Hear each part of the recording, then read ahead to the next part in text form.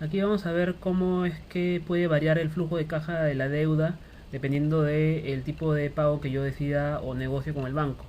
Si yo pido, por ejemplo, un préstamo de $10.000 a pagar en 4 años a una tasa efectiva anual de 12% y quiero calcular el flujo de caja de la deuda bajo la perspectiva de cuotas constantes, ya sé que tengo que trabajar con una cuota constante, la cual calculo con la fórmula de A dado P, donde P sería igual al préstamo que yo pido, A sería la incógnita, N sería el número de años a cancelar e I sería igual a la tasa efectiva anual.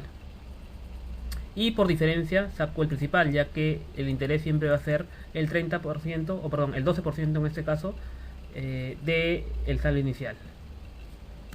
Una vez que tengo mi flujo de caja de la deuda, puedo calcular la TIR de ese flujo de caja de la deuda, que siempre me va a tener que dar igual al costo de la deuda, que es 12%. Puedo calcular después mi flujo de caja de la deuda después de impuestos, que es el dato que necesito para calcular mi flujo de caja financiero.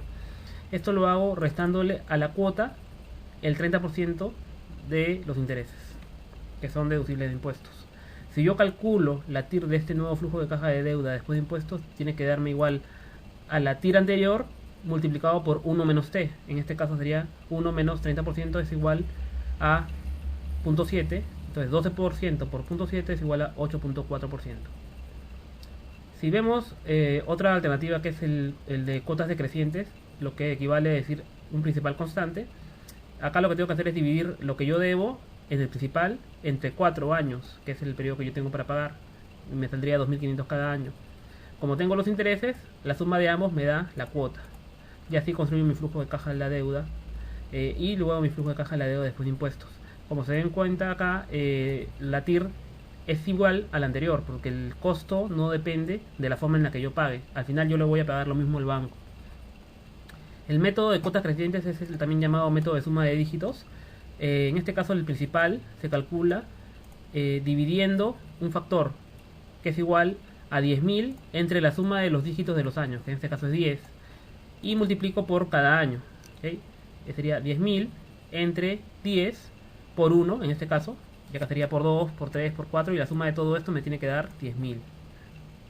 Igual, como pueden ver, la TIR, tanto en el flujo de caja de la deuda como en el flujo de caja de la deuda después de impuestos, es igual a las anteriores.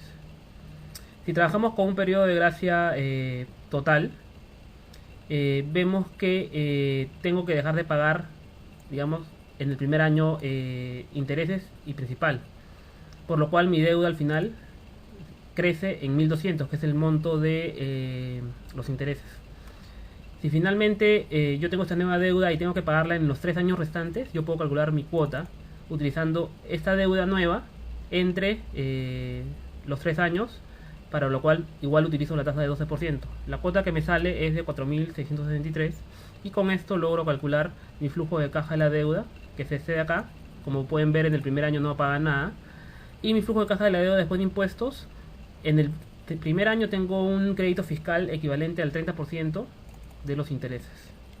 Si calculo una vez más las tires de estos flujos me salen iguales a los anteriores, por lo cual es evidente que mi costo es igual a los anteriores.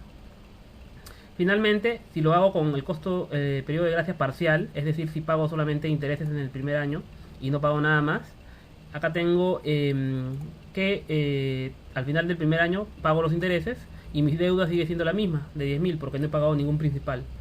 Si luego trabajo las cuotas constantes, estas cuotas constantes serían bajo la deuda de 10.000, una vez más 10.000, pero esta vez a 3 años, porque son los 3 años que me restan por pagar. Y utilizando una tasa efectiva anual de 12% una vez más. Me doy cuenta que está bien el cálculo porque al final mi saldo final tiene que quedar siempre 0. Con esto calculo mi flujo de caja de la deuda, que es mi deuda inicial, y acá los pagos que yo hago por esa deuda. En este primer año solamente pago 1.200, pero en la práctica yo tengo un descuentito de 30% de los intereses. Eso es mi crédito fiscal. Si una vez más saco los tires, me tiene que dar igual a los anteriores, porque una vez más el costo de la deuda o el costo no se incrementa por la forma en la que yo decida pagar con el banco. El banco siempre va a ganar lo mismo.